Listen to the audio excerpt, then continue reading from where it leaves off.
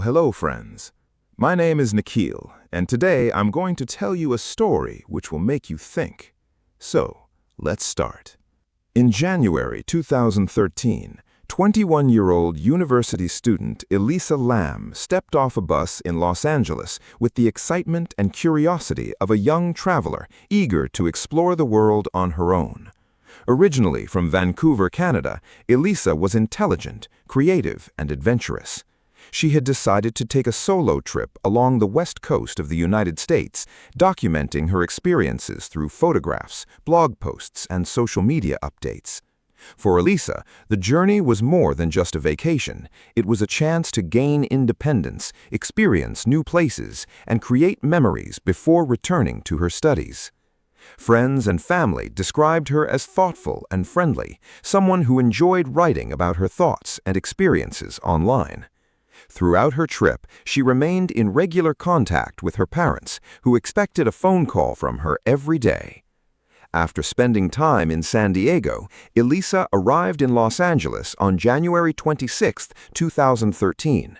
She checked in to the historic Cecil Hotel, a towering building located in downtown Los Angeles. At first glance, the hotel appeared like many older city hotels, large, affordable, and conveniently located near tourist attractions. But behind its aging walls was a reputation that had haunted the building for decades. The Cecil Hotel had opened in 1927 during a period of prosperity in Los Angeles. Over time, however, the surrounding neighborhood declined, and the hotel developed a dark and disturbing reputation. Numerous suicides, mysterious deaths, violent crimes, and tragic incidents had occurred there over the years. Among the most infamous guests were serial killer Richard Ramirez, known as the Night Stalker, who stayed at the hotel during his killing spree in the 1980s, and Jack Unterweger, an Austrian serial killer who also lived there while committing murders in Los Angeles during the early 1990s. These connections would later contribute to the hotel's sinister reputation, though Elisa likely viewed it simply as an inexpensive place to stay. During her first few days in Los Angeles, Elisa appeared to enjoy her trip. She visited local attractions, explored the city, bought books, and shared updates online. Employees at nearby stores later remembered her as polite, cheerful, and talkative. Nothing seemed obviously wrong. However, within days, some unusual incidents began to emerge. According to reports from hotel staff, Elisa's behavior started to change. Employees allegedly observed moments when she appeared withdrawn and distracted. On other occasions, she seemed unusually energetic and talkative. Guests sharing her room reportedly became uncomfortable with some of her actions and complained to hotel management. The exact details of these complaints have never been fully clarified, but hotel management eventually decided to move Elisa from the shared hostel-style room into a private room of her own. At the time, it seemed like a simple accommodation adjustment. No one could have imagined that it would become one of the most discussed details in a mystery that would soon capture worldwide attention. Meanwhile, Elisa continued communicating with her family back in Canada. Her parents closely monitored her travels and expected regular daily contact. This routine had been established before the trip because Elisa was traveling alone. Everything appeared normal until January 31st, 2013. That day, Elisa was scheduled to check out of the Cecil Hotel and continue her journey, but she never arrived at the front desk. At first, hotel staff assumed she might have changed her plans. Travelers occasionally extend their stays, leave early, or alter their schedules without notice. Yet, as hours passed, there was still no sign of her. More concerning was the silence reaching Canada. Elisa failed to make her usual daily call to her parents. For a family accustomed to hearing from her every day, this was immediately alarming. As more time passed without any contact, concern quickly turned to fear. Repeated attempts to reach her by phone were unsuccessful. Something was wrong. Unable to contact their daughter and increasingly worried, Elisa's parents reached out to the Los Angeles Police Department and reported her missing. What began as a missed checkout and a missed phone call soon evolved into a baffling missing person investigation. Detectives had no idea that they were about to uncover one of the most mysterious and widely debated cases of the modern Internet era. A case that would generate countless theories, documentaries, and unanswered questions for years to come.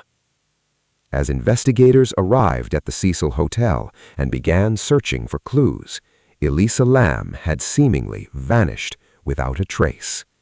And somewhere inside the aging hotel, the first pieces of a chilling mystery were already waiting to be discovered.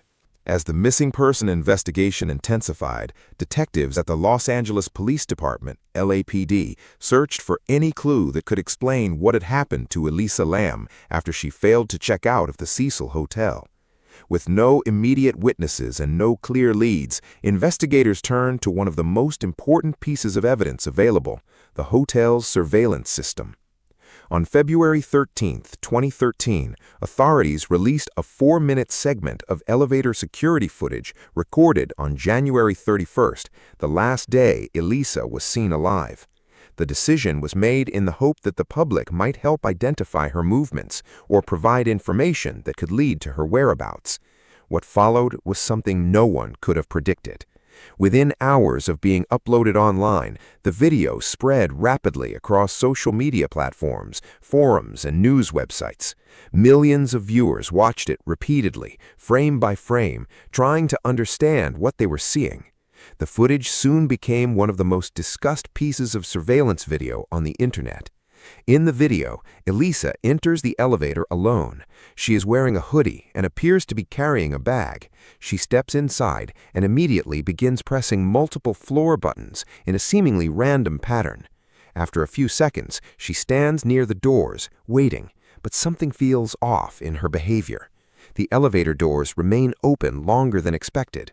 Elisa then steps slightly back, peering out into the hallway as if checking whether someone is approaching. She re-enters the elevator, then exits again. Her movements appear hesitant, almost as if she is unsure whether to stay or leave. At one point, she leans toward the hallway and seems to hide beside the elevator frame, partially out of view of the camera.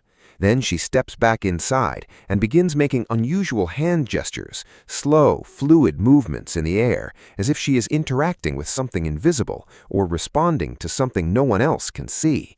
Moments later, she exits the elevator completely, walks down the hallway, and disappears from the camera's view. The elevator doors eventually close on their own.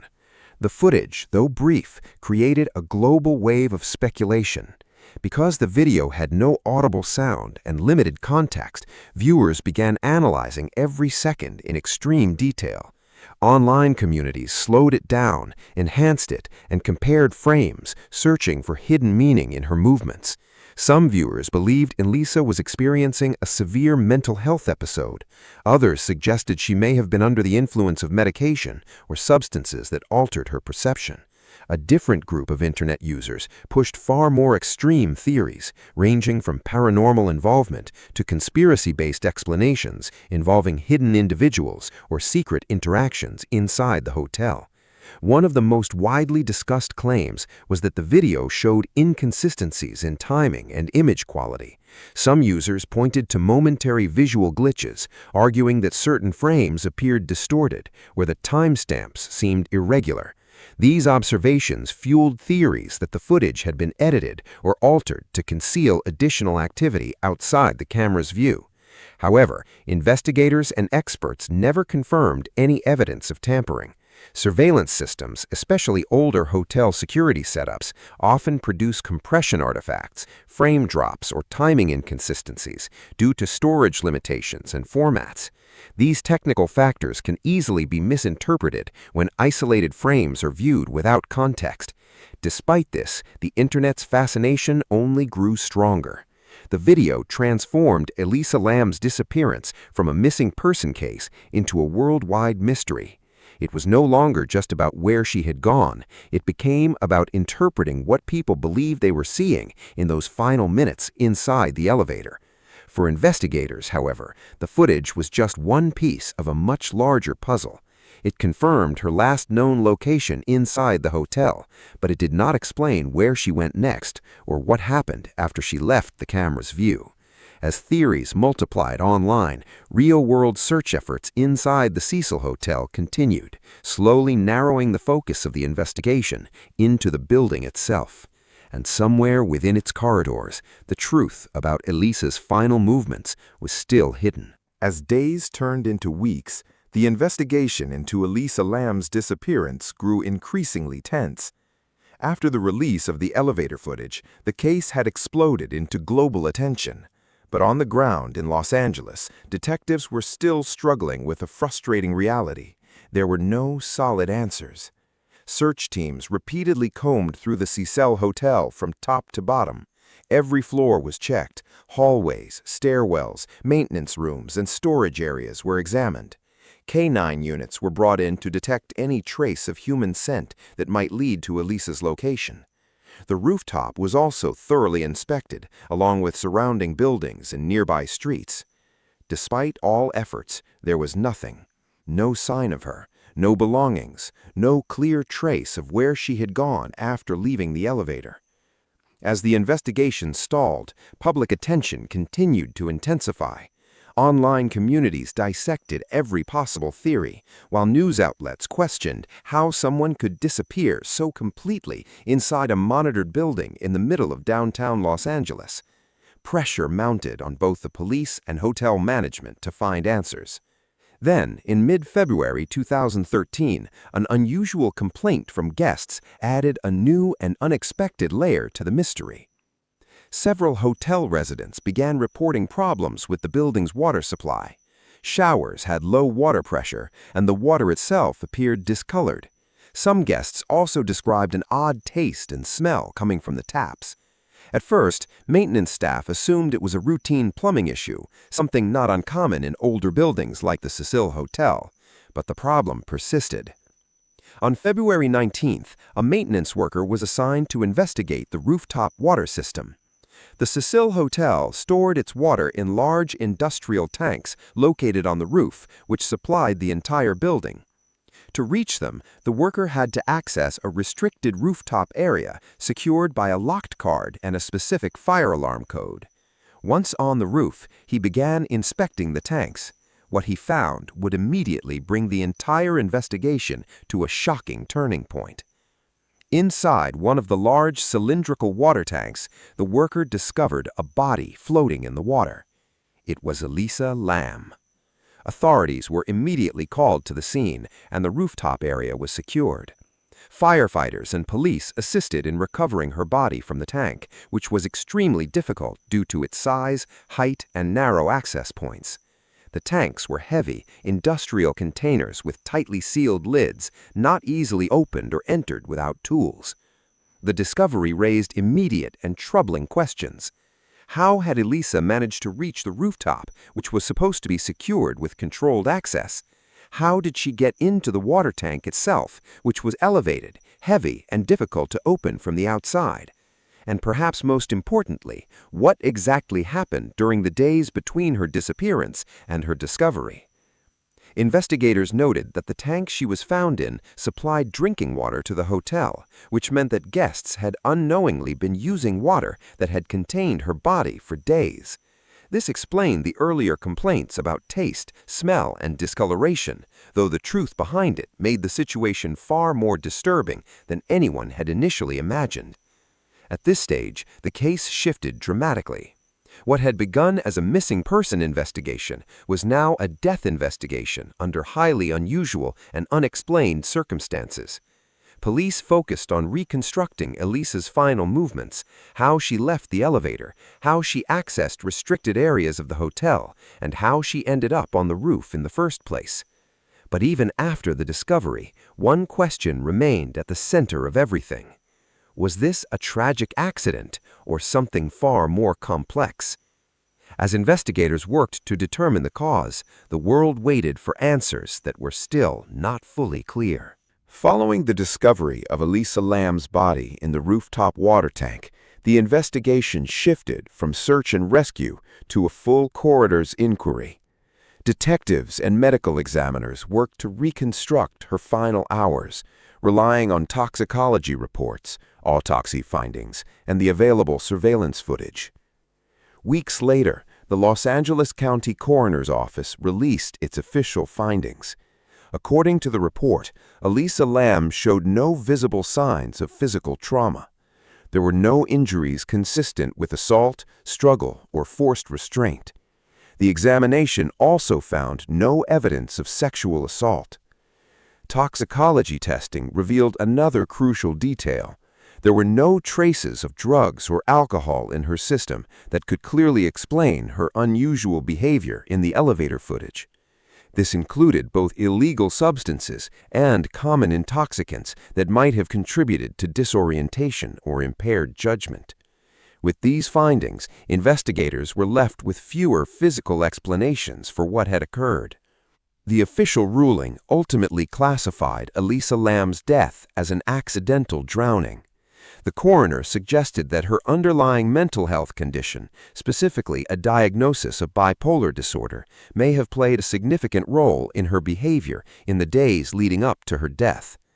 The report noted that a possible interruption in her medication could have contributed to a manic or psychotic episode, which might explain her confused and erratic movements captured on the elevator surveillance video. However, even with an official explanation in place, the case did not settle in the public mind. In fact, the ruling seemed to generate even more debate. Many people questioned how an accidental drowning could occur in a rooftop water tank that was reportedly difficult to access. The tanks were elevated, heavy, and required effort to open. Critics argued that it would have been extremely challenging for a single person to climb into such a structure, especially without assistance. Some also pointed out that closing the lid from the inside would be nearly impossible, raising further doubts about the mechanics of how she ended up inside. These unanswered questions became the foundation for widespread skepticism. Online communities revisited every detail of the case, from building security protocols to Elisa's movements inside the hotel. What was intended to be a medical conclusion became, for many, the beginning of a deeper controversy. As the case continued to circulate online, another unexpected layer entered the discussion: popular culture. Internet users discovered a popular horror film titled Dark Water, released years before Elisa's death. The film tells the story of a young woman living in a deteriorating apartment building who mysteriously disappears, only to later be found in a rooftop water tank. The striking similarity between the fictional plot and Elisa's real-life case quickly captured public attention. Although there is no evidence connecting the film to the events at the Cecil Hotel, the coincidence fueled further speculation. For some, it added an eerie symbolic layer to an already unsettling case.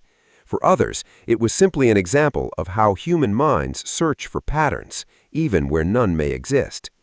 As theories continued to multiply, the gap between official findings and public belief only widened. What remained certain was limited. Elisa Lam had died inside the Cecil Hotel, and the circumstances leading to her death were deeply unusual.